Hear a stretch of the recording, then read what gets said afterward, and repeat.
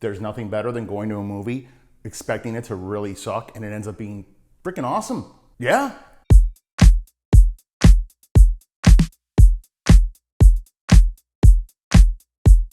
So guys, this is a no spoiler review on Bad Boys 3 or Bad Boys for Life, whatever you want to call it. And yeah, I'm keeping this really vague because it's a cool surprise when you go. Now let me make it clear, I really did enjoy the first two Bad Boy movies. It's not that I don't like the series, I love the movies, but they're Micheal Bay movies, and Micheal Bay is kind of like the fast food of movies. Like if you eat Ruth Chris, you're gonna tell everybody about that steak like a year later. You're not talking about the Big Mac you had a week ago. So yeah, you see it, it's fun, it's great, it's loud, and then it's gone. But I was interested because this is the first Bad Boys not directed by Micheal Bay, so maybe there might be some substance. The age thing did scare me. Been 18 years or something like that. Everyone's kind of forgot about this whole thing. Nobody was asking for a part 3 at this point. And the last time I saw something like this was Indiana Jones and the Kingdom of freaking Crystal Crap, dude. Nobody wants to see their heroes get old. I'm sorry. I don't want to see freaking Batman with a cane, freaking Superman with a wheelchair.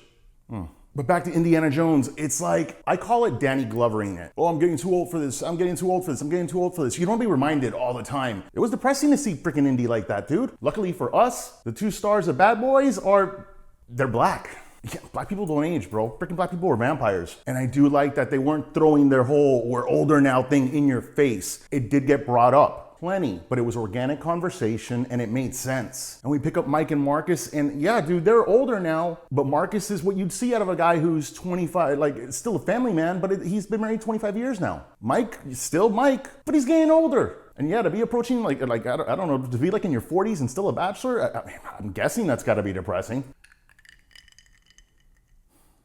As for their chemistry, dude, they haven't missed a beat. It's still there and it's still freaking awesome. It's nice to see them together again. I forgot how much I miss these freaking movies. This movie has substance, which is, you realize now how much it was missing in the last two, but it's still directed and done right, so it feels like it's still part of the same franchise. So yeah, suspension of disbelief is a must, dude. Like people should have died in some shit here and they're still alive. Yeah, just go with it. A bullet can blow up a car, it can blow up a table, and yeah, have fun. I will say, you don't get like that epic moment that you remember out of like maybe Bad Boys 2 with like the freeway scene, but the action here is cleaner, it's clear, there's not so many jump cuts or close-ups, and you can actually tell what's going on, which is nice. And it is nice to see this take place in Miami, dude. It's like, it's the neighborhood.